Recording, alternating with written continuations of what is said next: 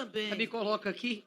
Enfim, bom dia a todos. Eu gostaria de usar esse tempo para poder fazer uma defesa ao meu colega deputado André Fernandes e fazer alguns esclarecimentos. Primeiro, de que a comissão não tem sido pautada por debates infundados e ineficazes. Pelo contrário, somente hoje nós invertemos a pauta e conseguimos aprovar dois incríveis projetos que tratam a respeito da evasão escolar e também da possibilidade de abrir uma linha de crédito no BNDES para que seja direcionado isso para escolas públicas e privadas, que irá ajudar, inclusive, muito na segurança das escolas.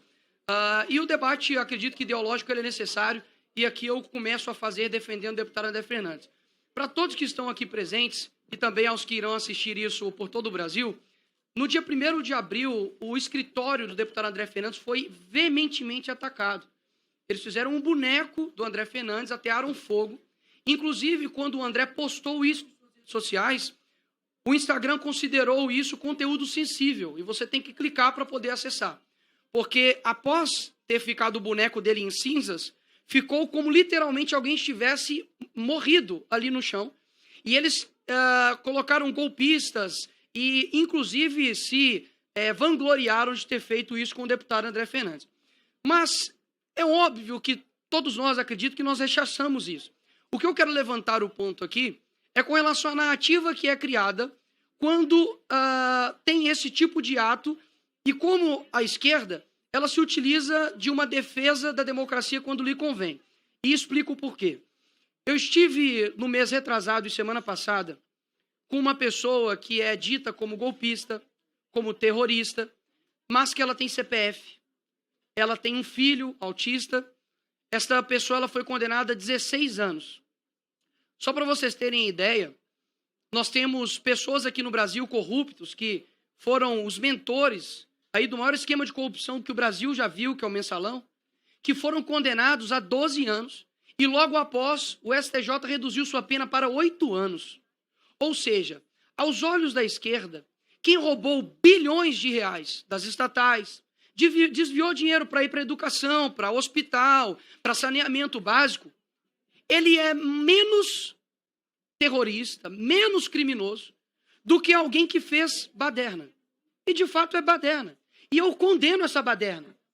Eu jamais irei defender quem depredou patrimônio público, quem, por exemplo, ateou fogo, quem veio aqui, mesmo que seja num sentimento de manada, está errado. Afinal de contas, você é responsável pelas suas atitudes. Mas nós precisamos ter a proporcionalidade e, inclusive, a ampla defesa, o direito de você, de fato, se defender. Os advogados, durante muito tempo, e alguns até hoje, não têm acesso aos autos, não têm acesso ao processo. E como que se é tão desproporcional de que essas pessoas que estão sendo condenadas a 16 anos, elas são pessoas comuns. Não deveria o foro delas ser, por exemplo, o STF. Por que que isso está acontecendo? Porque há claramente hoje no Brasil, e eu falo isso aqui com pesar, de que há uma clara revanchismo judicial contra pessoas que se alinham ideologicamente ao Bolsonaro. Nós temos hoje no Brasil vivendo uma anormalidade. Eu pergunto aos senhores, todos estão presentes aqui, e o Brasil, qual corrupto hoje está na cadeia? Sérgio Cabral, ele foi condenado a 400 anos. Sabe onde ele está? Nas ruas do Rio de Janeiro fazendo campanha, provavelmente para governador do Rio. E olha que se continuar do jeito que está, vira, porque até então uma pessoa que estava no presídio há pouco tempo virou presidente. Então o precedente já tem. O que eu quero chamar a atenção aqui de todos é Pela ordem, como que nós... presidente. O que, deputada Alice? Fazendo a defesa. Ele é o Sim, presidente, vai lá, por enquanto. pode fazer. Qual a ordem? Qual seria o artigo? Até de apelar ao presidente desta comissão, que pediu para usar o tempo de liderança, ao fazer isto, o tipo de discurso que está fazendo, sem discutir. Vossa Excelência, qual a questão de ordem? Porque ele está... Tem que ver o artigo. Está no tempo de liderança dele, ele se inscreveu, então está defendendo. Ok. A senhora é a próxima, inclusive. Só liberar, por gentileza. Obrigado, senhor presidente.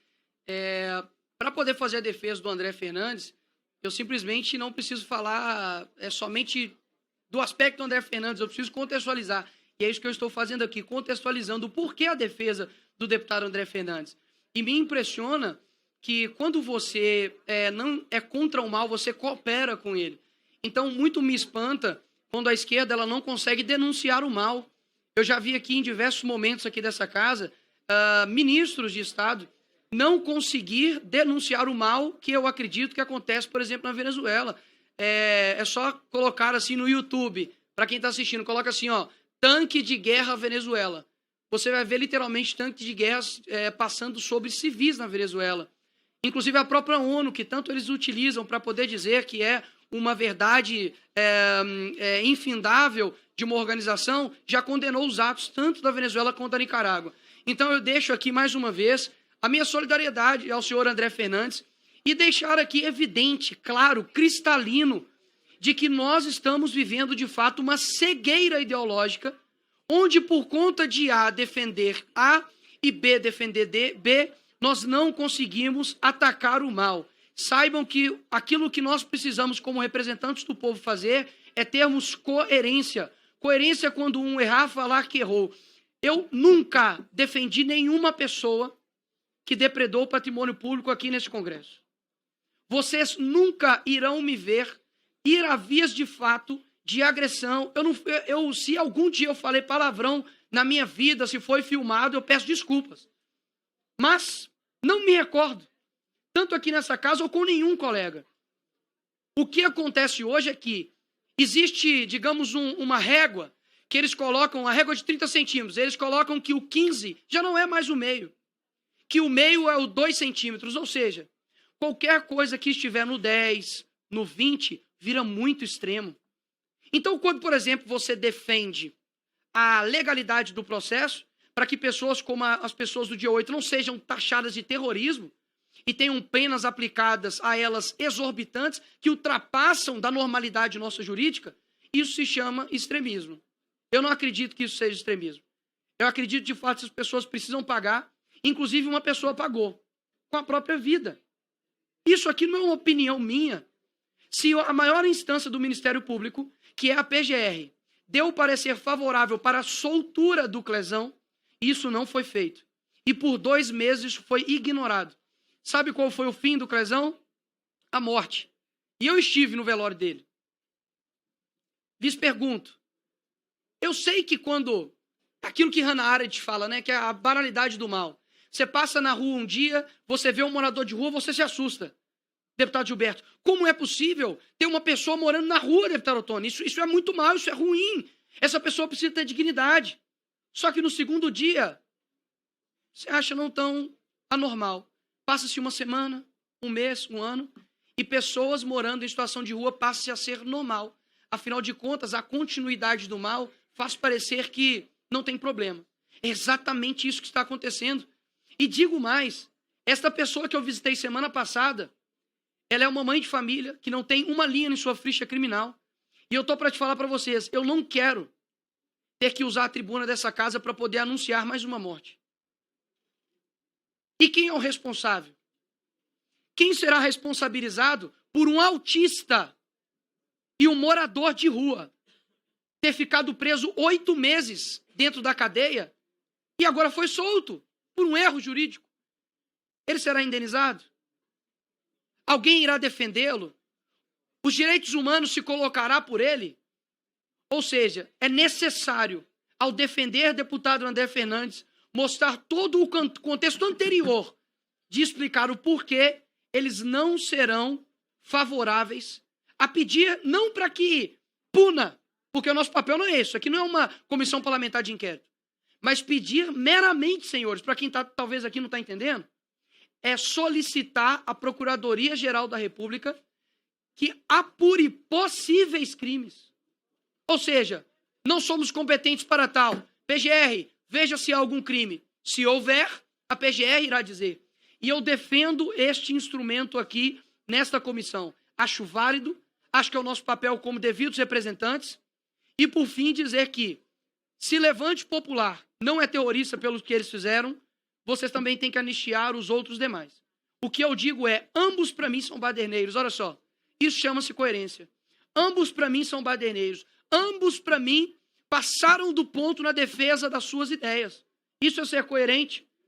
Não é ser coerente defender um lado simplesmente a qualquer custo. A minha coerência vai. Condeno o levante popular. Condeno as pessoas também que depredaram aqui. Condeno qualquer um que faça o mesmo. Agora, sabe o que aconteceu? Tem muita gente nova aqui, estudantes novos aqui, talvez vocês não lembrem. Mas os black blocs, lá em São Paulo e aqui também, quebraram, depedraram, quebraram o Ministério da Educação. E sabe o que aconteceu agora recente, senhores? Em 2019? Foram absolvidos por faltas de provas. Nós não estamos vivendo uma normalidade.